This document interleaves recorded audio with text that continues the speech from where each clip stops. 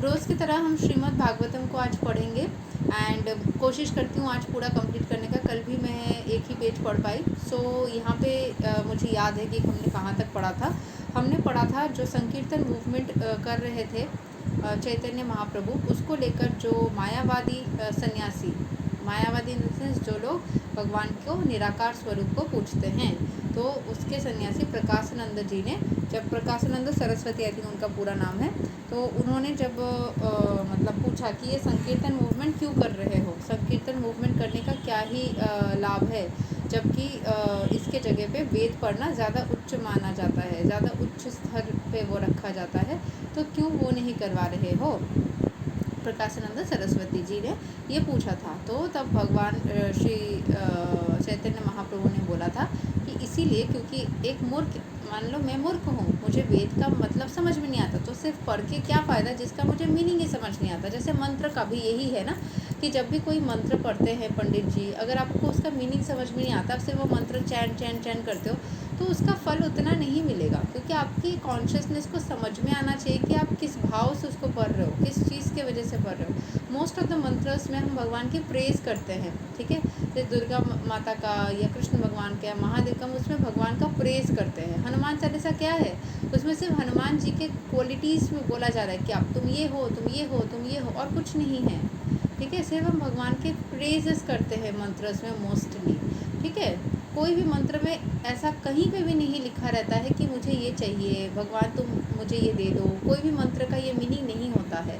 तो कोई भी मंत्र का यही, हर एक मंत्र, किसी भी देवी देवता का मंत्र हो, भगवान का मंत्र हो, उसका यही मीनिंग होता है कि उस भगवान का प्रेज़ करते हैं हम, वो कितने महान है, वो कितने अच्छे हैं वो। तो उसमें हमें उस मीनिंग को समझ के जब हम करते हैं तो और हमें अच्छी फील होती है, ठीक है।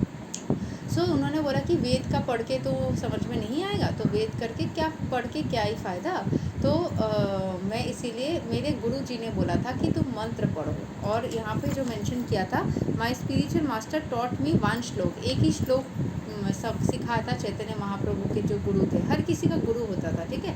वो कौन सा श्लोक था जहाँ पे हमने कल एंड किया था, हरेर नामा हरेर नमई व कलेवम कवेलम, सॉरी केवलम केवलम कलौ नस्ति ईवा नस्ति ईवा गतिर अन्यथा।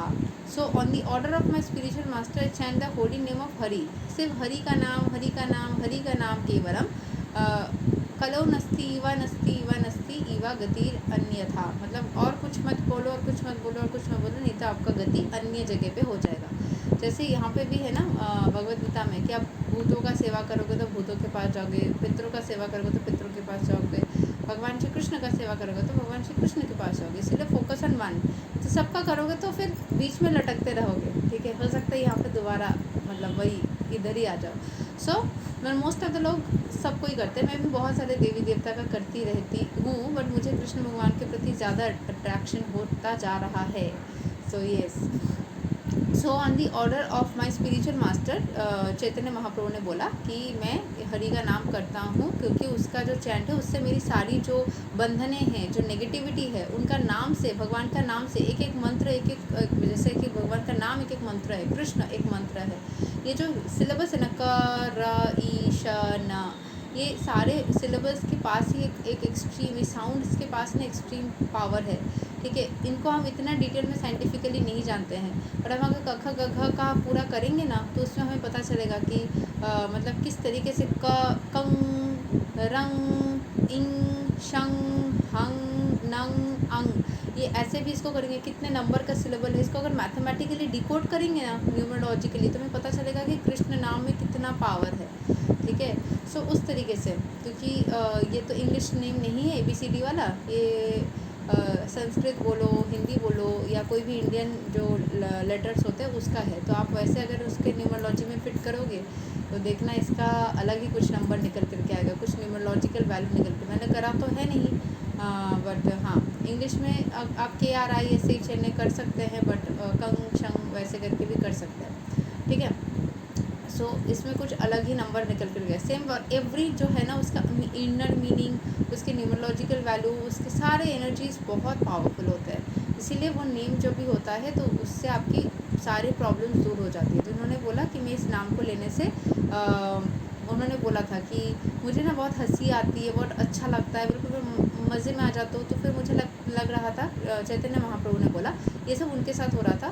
तो ये फिर भगवान का प्रेम, सारी नेगेटिविटियों से मुक्ति, इस चीज़ का प्रमाण है कि जब आप नाम लेते हो तो सारी नेगेटिविटी से आप मुक्त होते चले जाते हो और भगवान का प्रेम मिलता है। तब आप नाचते रहते हो, गाते रहते हो, बस खुश होते रहते हो।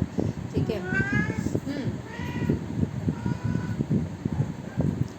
On hearing this statement from the Lord, the Mayavadi sannyasi asked the Lord what was the harm in studying the Vedanta along with chanting the holy name। तो उन्होंने पूछा क्या गलती है, वेद भी पढ़ो और होली नाम भी चांट करो। Prakashananda Saraswati knew well that the Lord was formerly known as Nimai Pandit, a very learned scholar of Navadvip, and his posing as a great fool was certainly to some purpose। उन्होंने समझ लिया, उनको पता था कि ये नवद्वीप के बहुत लर्नेड स्कॉलर के रूप में प्रसिद्ध है। ठीक है, एक पंडित है, इन्होंने कश्मीरी पंडित को कैसे हराया था, ये सब कुछ उनको पता है। तो बोले कि खुद को बेवकूफ़ बोलना, इसके पीछे कोई और ही इनका मतलब रीज़न होगा, ये बेवकूफ़ तो है नहीं। Hearing this enquiry by the sannyasi, the Lord smiled and said, "My dear sir, if you do not mind, I will answer your enquiry." All the sannyasis were very much pleased with the Lord for his honest dealings, and they unanimously replied that they would not be offended by whatever he replied. The Lord then spoke as follows। तो सारे सन्यासी वहाँ पे बहुत खुश हो रहे थे कि उनको ऑनेस्टली जो फील हो रहा था वो बता रहे थे, और किसी ने भी ऐसा नहीं बोला, मतलब सबने बोला कि हम ऑफेंड नहीं होंगे आपकी किसी भी बातों से, तो आप बता सकते हैं। वेदांत सूत्र कंसिस्ट ऑफ ट्रांसेंडेंटल वर्ड्स और sounds uttered by the transcendental personality of God है। जो वेद है उसके अंदर न ऐसे साउंड्स है जो कि भगवान ने स्वयं बोला है। As such in the Vedanta there cannot be any human deficiencies like mistake, illusion, cheating और इनएफिशिएंसी। तो वेद के अंदर किसी भी तरीके का गलती नहीं हो सकता, किसी भी तरीके का इल्यूजन मतलब ऐसे आपने सोच के कुछ बोल दिया, कोई भी चीटिंग मतलब आपने जो चीज़ है उसको या तो लोगों को बताया नहीं या सही से समझा नहीं, या इनएफिशिएंसी कि आता ही नहीं है, ऐसा नहीं हो सकता। The message of the Upanishad is expressed in the Vedanta Sutra. जो उपनिषद है उसके अंदर जो मैसेज है वो वेदांत सूत्र के अंदर लिखा गया है। And what is said there it directly is certainly glorified. तो वहाँ पे जो चीज़ें बोला गया है वो बहुत ही ग्लोरीफाइड, बहुत ही उच्च लेवल का, बहुत ही अच्छे एनर्जीज का है। Whatever interpretations have been given by Shankaracharya have no direct bearing on this सूत्र। तो जो शंकराचार्य जी ने इसका जो एक्सप्लेनेशन दिया है वो इस सूत्र के साथ में कोई डायरेक्ट बेयरिंग मतलब डायरेक्ट कनेक्शन नहीं रखता। And therefore such commentation spoils everything. इसीलिए अंदर का जो कमेंट मतलब जो कमेंटेशन है वो सब स्पॉइल हो जाता है। वेदांत सूत्र में एक्चुअली बोलने का मतलब ये है कि जो लिखा गया है और जो लोग इसको पढ़ के इंटरप्रेट कर रहे हैं दोनों में कोई कनेक्शन नहीं है, वो गलत इंटरप्रेट कर रहे हैं। The word Brahman indicates the greatest of all, which is full with transcendental opulences, superior to all. Brahman is ultimately the personality of Godhead, and he is covered by indirect interpretations and established as impersonal. तो भगवान, जैसे मैं बोलती हूँ ना, भगवान भी Jupiter की एनर्जी में होते हैं, और भगवान के जो भक्त होते हैं, जो पंडित होते हैं, पुरोहित होते हैं, वो भी जुपिटर की एनर्जी में होते हैं, प्रीस्ट्स होते हैं। तो जो ब्राह्मण, उनको भी ब्राह्मण बोला जाता है। तो ब्राह्मण मतलब ही होता है जो एकदम सबसे ऊँचे, जो समाज में भी सबसे ऊँचे, और यहाँ पे तो परमेश्वर को ही बताया जा रहा है। And he is covered by indirect interpretations and established as impersonal. तो उनको ना गलत वे में बताया जा रहा है, उनको इम्पर्सनल, निराकार बताया जा रहा है। Everything that is in the spiritual world is full of transcendental bliss. सारी चीज़ें जो दुनिया में हैं वो स्पिरिचुअल सुख से ही बना हुआ है। ट्रांसेंडेंटल यानी स्पिरिचुअल शांति और सुख से बना हुआ है। Including the form, body, place, ये सब कुछ स्पिरिचुअलिटी के साथ कनेक्टेड है। या स्पिरिचुअल वर्ल्ड में जितनी भी चीज़ें हैं वो पूरी तरीके से स्पिरिचुअल ब्लेसिंग्स से बनी हुई है। Body, place, paraphernalia of the Lord all are eternally cognizant and blissful. सब कुछ बहुत ज़्यादा ना सुख से भरा हुआ है। It is not the fault of the Acharya Shankara that he has so interpreted Vedanta, but if someone accepts it then certainly he is doomed. अगर कोई एक्सेप्ट कर लेता है, ये शंकराचार्य का कोई गलत नहीं है कि उन्होंने इस चीज़ को अलग वे में इंटरप्रेट किया, बट अगर कोई भी इनके इंटरप्रिटेशन को एक्सेप्ट करता है तो वो गलत हो जाता है। Anyone who accepts the transcendental body of the personality of Godhead as something mundane certainly commits the greatest blasphemy। तो जब भी कोई ट्रांसेंडेंटल बॉडी जो एक दिव्य शरीर है भगवान का, उसको अगर एज समथिंग मुंडन, उसको अगर कोई है ही नहीं, एकदम बेकार ऐसे बोल के छोड़ देते हैं, तो वो गलत करते हैं। क्योंकि देखो कृष्ण भगवान तो दुनिया में आए थे ना, तो उनके पास में एक शरीर तो थी, वो किसी न किसी तरीके से मतलब आकार में आए थे, तो उस आकार को भी हमें महत्व देना चाहिए। ऐसा नहीं है कि निराकार रूप में वो प्रेजेंट नहीं है, या अदृश्य रूप में प्रेजेंट नहीं है, या बहुत छोटे स्मॉल रूप में प्रेजेंट नहीं है जो हमें नहीं दिखते, ऐसा नहीं है। बट उनका एक आकार है, तो उस बात को भी एक्सेप्ट करना चाहिए। लेकिन जो मायावादी लोग होते हैं वो इस चीज़ को पूरी तरीके से नकार देते हैं, जो सही नहीं है। तो ये काफ़ी ज़्यादा सेंटिमेंट को हर्ट करते हैं सारे जो वैष्णवास है, जो भगवत के हिसाब से, मतलब भगवत पुराण के हिसाब से चलते हैं या उस चीज़ को एक्सेप्ट करते हैं। The Lord thus spoke to the sannyasi almost in the same way that he spoke to the Bhattacharya of Puri. Bhattacharya ji को भी जैसे समझाया था ना कि कैसे। सो यहाँ पे ना जो चीज़ यहाँ लास्ट हमने पढ़ा कि जो चीज़ उन्होंने भट्टाचार्य जी को जिस तरीके से समझाया, बिल्कुल उस तरीके से उन्होंने यहाँ पे प्रकाशानंद जी को समझाया। तो भट्टाचार्य जी को उन्होंने बोला था कि the Lord said that but these 3 items, namely eternal relation with God, exchange of dealings with Him, attainment of love of Him, all that is instructed in the Vedas is superfluous and concocted.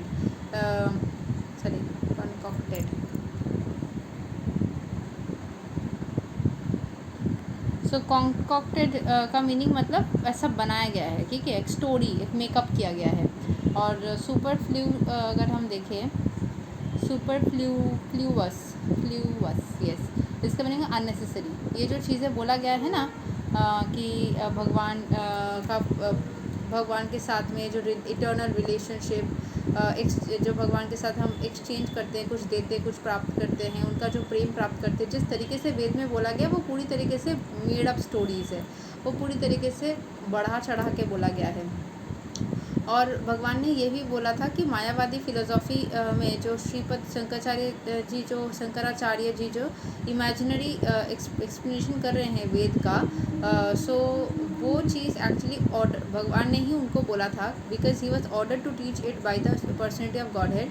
उनके मन में ये ख्याल इसीलिए आया क्योंकि भगवान ने ही ये ख्याल डाला था, डायरेक्टली इनडायरेक्टली। पद्म पुराण में ये मेंशन किया है कि पर्सनैलिटी ऑफ गॉड हेड मतलब भगवान श्री कृष्ण ने हिज लॉर्डशिप शिव जी को ऑर्डर दिया था to deviate the human race from him, ताकि लोग उनसे भटक जाए। The personality of Godhead was to be so covered, ऐसे उनको कवर किया गया था, so that people would be encourage to generate more and more population, ताकि लोग जो है वो पॉपुलेशन जनरेशन में दिमाग लगाना स्टार्ट कर दे। His lordship Shiva said to Devi, in the Kaliyuga I shall preach the Mayavada philosophy which is nothing but clouded Buddhism in the garb of Brahmana. तो कलयुग में मतलब शिव जी ने बोला था देवी माँ को कि मैं मायावादा फिलोसफी को ही लेकर के चलूँगा, कि जैसे शिव जी का भी जो पूजा करते हैं ना, वो निराकार पूजा बहुत सारे लोग करते हैं, निराकार रूप को मानेंगे, ठीक है, क्योंकि शिव जी के आकृति से ज़्यादा शिवलिंग का पूजा करना, या बहुत सारे ऐसे साधुस होते हैं जो शिव जी को बस मन में फील करना, शक्ति का बहुत सारे देवी माँ का पूजा होता है जिसमें निराकार पुजारी बहुत सारे होते हैं, तो वो कुछ भी नहीं बट कि क्लाउडेड बुद्धिज़्म, वो बुद्धिज़्म को ही क्लाउडेड वे में रखा गया है इन द गार्ब ऑफ ब्रह्मणा, ठीक है।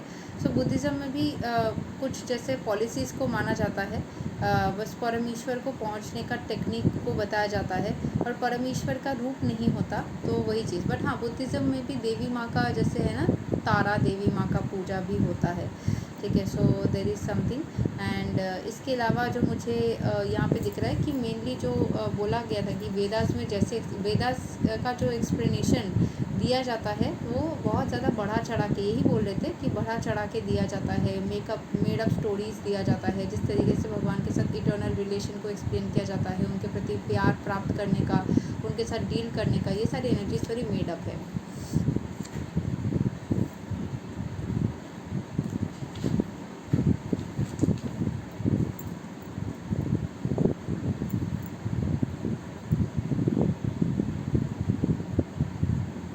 All the sannyasis there claimed that the Lord was the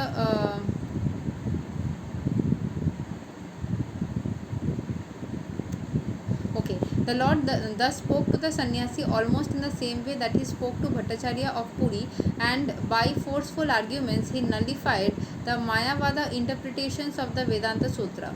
All the sannyasis there claimed that the Lord was personified. Was the personified Vedas and the personality of Godhead. All the sannyasis were converted to the cult of Bhakti. All of them accepted the holy name of Shri Krishna. तो यहाँ पे बहुत सारा बातचीत हुआ जब उन्होंने समझाया कि निराकार रूप से आप एक्चुअली क्या होता है ना, कॉन्सेंट्रेट नहीं कर पाते। जैसे मेरे भाई जो है कज़न ब्रदर, उसको मैंने एक बार बोला था कि भगवान तो कण कण में है, तो क्योंकि मैं मायावादी प्रिंसिपल को जाने अनजाने में, हो सकता है मैंने दूसरे किसी जन्म में बहुत ज़्यादा किया होगा, तो मैं जाने अनजाने में भगवान के निराकार स्वरूप को मानती हूँ। ठीक है, सो अभी तो मैं कृष्ण भगवान की सब चीज़ें पढ़ रही हूँ, बट मैं मान चुकी हूँ, मेरे अंदर का सोल उसी चीज़ में ज़्यादा कंफर्टेबल हो जाता है। तो मैं उसको ऐसे ही बोलती थी, कण कण में भगवान है, जब भगवान हर जगह पे हैं तो तुम क्यों मतलब इतना ज़्यादा वो आकार में या मूर्ति में बिलीव करते हो। उसने बोला था कि कॉन्सेंट्रेट नहीं हो पाता है उससे, वो मतलब निराकार रूप में समझ नहीं पाते, उसके लिए डिफ़िकल्ट हो जाता है, तो वो आकार रूप में ही ज़्यादा कंफर्टेबल है। तो ऐसे ओके फाइन, ये तुम्हारी प्रॉब्लम है। मैं समझ गई कि कॉन्सेंट्रेशन के लिए ज़रूरी होता है, क्योंकि भगवान की एनर्जी जो है वो हर जगह पे ही है, चाहे आकार दो निराकार दो। ये आकार वाला कॉन्सेप्ट मुझे बहुत ज़्यादा एक्सेप्टेबल नहीं था। ठीक है, अभी तो मैं ये सारी चीज़ें पढ़ रही हूँ तो मैं इसको समझ रही हूँ, बट मैं भी हमेशा ही भगवान के निराकार रूप को ज़्यादा समझ पाती थी। ठीक है, सो यहाँ पे जो चीज़ उनको एक्सप्लेन किया गया कि मतलब उससे ना आपको बहुत ज़्यादा क्या होता है, निराकार रूप में आपकी फोकस थोड़ी सी हट जा सकती है, या आपकी जो कनेक्शन है वो नहीं बनती है। एंड कहीं ना कहीं भगवान का एक आकार तो होगा, ऐसा भी माना जाता है कि ऐसा मायावादी क्या मानते हैं कि दुनिया में आकर के लीलाएं करने के लिए भगवान को आकार की ज़रूरत थी, बट वो एक्चुअल में निराकार है, ऐसा बोलते हैं। ठीक है, लेकिन जो मतलब इस साइड वाले हैं जो मायावादी नहीं है, तो वो ये चीज़ मान रहे हैं कि भगवान का आकार है वो एक ट्रांसेंडेंटल, मतलब हमेशा से ही है। वो हमारा जैसा बॉडी नहीं है कि है और फिर ख़त्म हो गया, वो हमेशा से ही था, हमेशा से ही है और आगे भी रहेगा। उनके पास बॉडीज़ चेंज नहीं होती, उनके पास एक ही बॉडी है, और वो चाहे तो अदृश्य हो सकते हैं। उनके पास एक इमेजिन मतलब एक पावरफुल बॉडी है जिसमें वो इमेजिनरी नहीं, मतलब वो चाहे तो अदृश्य भी हो सकते हैं, रूप में भी आ सकते हैं, कुछ भी कर सकते हैं, मैजिक कर सकते हैं। ठीक है, सो क्योंकि मैंने भगवद गीता में श्लोक पढ़ा था जिसमें वो चीज़ मेंशन तो था। ठीक है, इट वॉज नॉट मेंशन कि impersonal form, but it was some other term which was used which was meaning the same thing, that not being all, मतलब भगवान is there in all the different forms, be it something that we can see and something we cannot see, in all the ways, all the forms. So सारे लोग ना धीरे धीरे मतलब चैतन्य महाप्रभु के बातों से अट्रैक्ट हो गए, उनके नाम संकीर्तन वाले चीज़ में बहुत ज़्यादा अच्छा उनको फील होने लगा। सब एक साथ में दे डाइंड टुगेदर, एक साथ में उन्होंने खाना खाया with the Lord in the midst of people. After his conversion of the sannyasis the popularity of the Lord increase. सारे लोग जैसे परिवर्तित हो गए, मायावादी से उन्होंने ये क्या बोलते हैं भगवतवादी बोल सकते हैं, जब बन गए तो सब लोग ना बहुत खुश हो गए। श्रीमद् भागवत धर्मा को उन्होंने जब इम्पोर्टेंस को समझाया, वो इस्टेब्लिश किया, लोग वहाँ पे और भी बहुत सारे लोग वहाँ पे आए देखने के लिए। Defeated all the other systems of spiritual realisation, सारे सिस्टम्स को उन्होंने रॉन्ग प्रूफ किया। After that everyone at Varanasi was overwhelmed with the transcendental sankirtan movement. सब बहुत ज़्यादा खुश हुए संकीर्तन मूवमेंट से। While the Lord was camping at Varanasi, Sanatana Goswami also arrived after returning from the office. ये सनातन गोस्वामी कौन थे? ये थे सकरा मल्लिका, जो कि नवाब हुसैन शाह, जो कि बंगाल की गवर्नमेंट में वो काम करते थे। ठीक है, लेकिन बाद में उन्होंने वो रिटायर कर दिया था अपने जॉब से और इनके साथ जुड़ गए थे, तो वो सनातन गोस्वामी वहाँ पे ऐसा एक प्रचलन है। जैसे भी आप रिलीजन से बिलोंग करो, जब भी आप ये भगवत धर्म के अंदर जाते हो तो फिर आपको ना वहाँ पे एक नया नाम दिया जाता है। ठीक है, he was formerly one of the state ministers in the government of Bengal, then under the regime of Nawab Hussain Shah. अच्छा, यहाँ पे वो एक स्टेट मिनिस्टर थे। ही हैड सम बहुत सारे ऐसे बहुत देखा गया कि उच्च पोजीशन में काम करने वाले लोग काम वाम छोड़ करके सिर्फ भक्ति कर रहे हैं या भक्तिवादी को स्प्रेड कर रहे हैं। He had some difficulty in getting relief from the state service for the Nawab was reluctant to leave him. तो उनको छोड़ नहीं जा रहा था, नवाब छोड़ नहीं रहे थे, तो उनको थोड़ा डिफ़िकल्टी हो रहा था। Nonetheless, he came to Varanasi, and the Lord taught him the principles of devotional service. He taught him about the constitutional position of the living beings and cause of his bondage under the material conditions.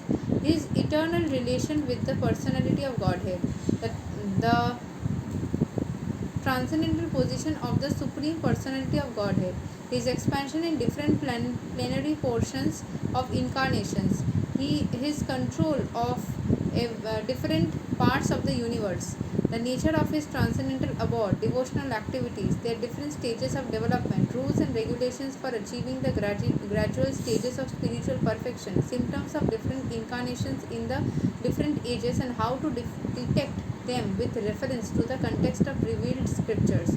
तो यहाँ पे क्या है कि वो बहुत कष्ट से वहाँ से निकल कर के आने के बाद में जब वाराणसी में आए तो चैतन्य महाप्रभु ने उनको डिवोशनल सर्विस के बहुत सारे प्रिंसिपल्स सिखाया, और उसके अलावा constitutional position of the living being, लोगों के पोजीशन दुनिया में कैसा है, बॉन्डेज कैसे बनती है, मटेरियल कंडीशंस कैसी होती है, भगवान के साथ रिश्ता कैसे बनाया जाता है, अपने आप को कैसे एक स्पिरिचुअल पोजीशन में आप अपलिफ्ट कर सकते हो, भगवान की स्पिरिचुअल पोजीशन क्या है, अपने उनके एक्सपेंशंस कैसे हैं डिफरेंट प्लानरी पोर्शंस में, उनके अलग अलग इनकारनेशंस के बारे में, his control of different parts, वो कैसे पूरी दुनिया को कंट्रोल करते हैं, उनका नेचर कैसा है, उनका ट्रांसेंडेंटल मतलब उनका स्पिरिचुअल घर कैसा है, डिवोशनल एक्टिविटीज़ क्या क्या करनी चाहिए, कैसे हम अपने आप को डिफरेंट स्टेजेस के थ्रू डेवलप कर सकते हैं, क्या करना सही है आप स्पिरिचुअल परफेक्शन में पहुंचने के लिए और क्या नहीं करना चाहिए, symptoms of different incarnations, different incarnations को देख के कैसे पहचाने, उनके कैसे हर एक एज में जो थे अलग अलग इनकारनेशन, उनके क्या बोल सकते हैं symptoms in the sense characteristic features, या वो कैसे थे एंड कैसे उनको पहचाने हम कि ये वाला रूप जो है ना ये इसका मीनिंग ये है, तो ये सब हम कैसे पहचाने। The Lord's teachings to Sanatana Goswami form a big chapter in the text of Shri Chaitanya Charitamrita, and to explain the whole teachings in a minute details we will require a volume in itself. मतलब 1 मिनट के डिस्कशन में भी अगर हम समझाने की कोशिश करें ना तब भी एक वॉल्यूम लगेगा, मतलब 1 मिनट में समझाना ही पॉसिबल नहीं है, इतना डीप बात है। मतलब उस एक लाइन की और 1 मिनट की जो कन्वर्सेशन है उसको एक्सप्लेन करने के लिए एक वॉल्यूम बुक लग जाएगा, इतना डीप बातें हैं 1 मिनट की बात भी। These are treated in detail in our book teachings of Lord Chaitanya. At Mathura, the Lord visited all the important places. Then he reached Vrindavan. Lord Chaitanya appeared in the family of high caste Brahman. तो मथुरा में वो बहुत सारी important places में गए, वृंदावन में भी बहुत, एट मथुरा एंड जाने के बाद में वृंदावन गए। लॉर्ड चैतन्य एक अच्छे caste high caste Brahmin family से बिलोंग करते थे, and over and above that as sannyasi he was preceptor for all the varnas and ashramas. तो एज अ सन्यासी वो हर एक वर्ण एंड हर एक आश्रम का प्रिसेप्टर थे। एक बार मुझे देखना है,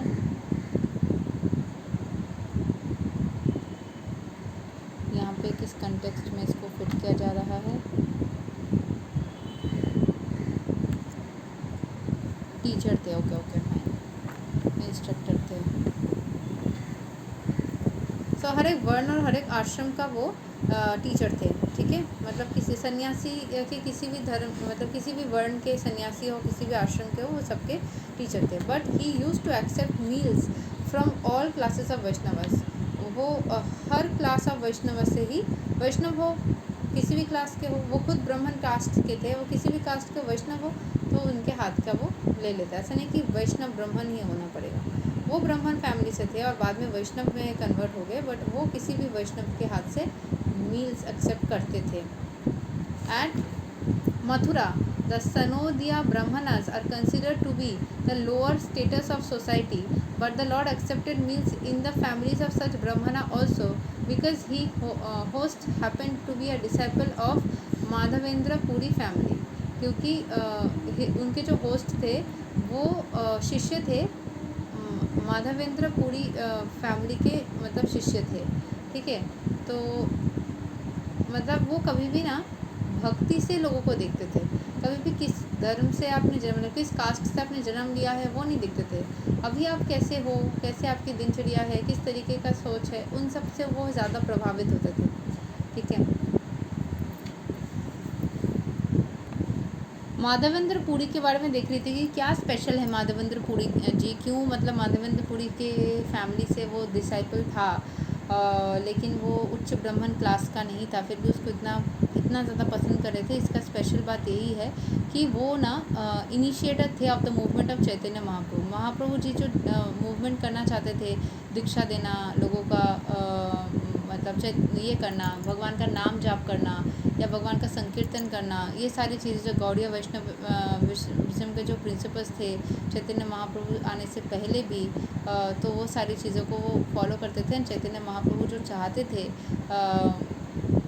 वो चीज़ भी मतलब वो करते थे, ठीक है। तो ही as Madhavendra Puri is often accepted as initial inspiration or initiator of the movement of Chaitanya Mahaprabhu, who accepted Madhavendra's intimate disciple Ishwara Puri as his Diksha Guru. तो मतलब चैतन्य महाप्रभु के जो शिष्य थे ईश्वरा पुरी, वो चैतन्य महाप्रभु के दीक्षा गुरु बने थे। ओके, इस तरीके से मतलब माधवेंद्र जी के शिष्य चैतन्य महाप्रभु के गुरु, तो माधवेंद्र जी के शिष्य बने चैतन्य महाप्रभु। दीक्षा गुरु मतलब शिष्य ही हो गया एक तरीके से आप, ठीक है। तो और वो पहले से चैतन्य महाप्रभु आने से पहले से वो गौड़ीय वैष्णविज्म को फॉलो करते थे। ऑब्वियसली वो चैतन्य महाप्रभु के गुरु है, तो ऑब्वियसली वो फॉलो करेंगे, तो इस वजह से वो बहुत ज़्यादा पसंद करते थे। Okay, As at Vrindavan, the Lord took bath in 24 important bathing places and ghats. He travelled to all the 12 important vanas, his forests.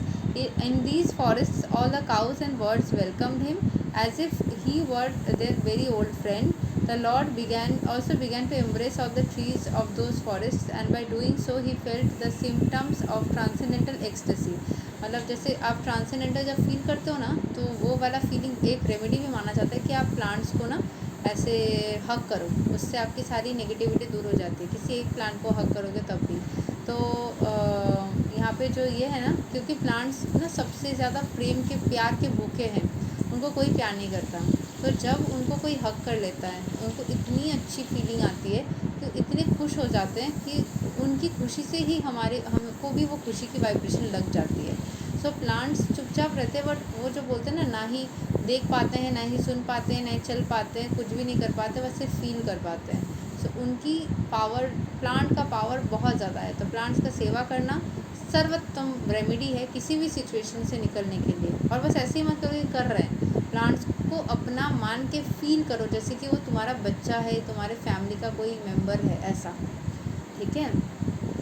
सब वो बहुत ज़्यादा खुश महसूस कर रहे थे। समटाइम्स ही फेल अनकॉन्शियस, इतना ज़्यादा खुश हो रहे थे कि अनकॉन्शियस ही हो जा रहे थे। But he was made to regain consciousness by chanting the holy name of Krishna, क्योंकि वो खुद ही कृष्ण भगवान के अवतार थे।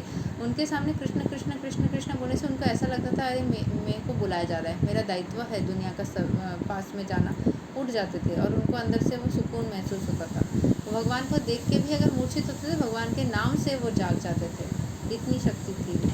The transcendental symptoms that were invisible on the body of the Lord during his travel within the forest of Vrindavan were all unique and inexpressible, and we have just given a synopsis. तो यहाँ पे छोटे से बताया गया है, उनके साथ जो जो चीज़ें हुई वो बस एक्सप्लेन नहीं किया जा सकता, इतनी अलग अलग चीज़ें हुई उस पूरे जर्नी के दौरान, ठीक है। तो अभी कौन सी इंपॉर्टेंट प्लेसेस में वो गए थे वृंदावन धाम में जाने के दौरान, some of the important places that were visited by the Lord in Vrindavan, हम वहाँ से पढ़ेंगे कल, ठीक है। आज के लिए यही तक, लेकिन ये ख़त्म हो जाएगा, पता है मैं चाहूँ तो अभी भी ख़त्म कर सकती हूँ, बट ये बहुत ज़्यादा लंबा हो जाएगा फिर, ठीक है।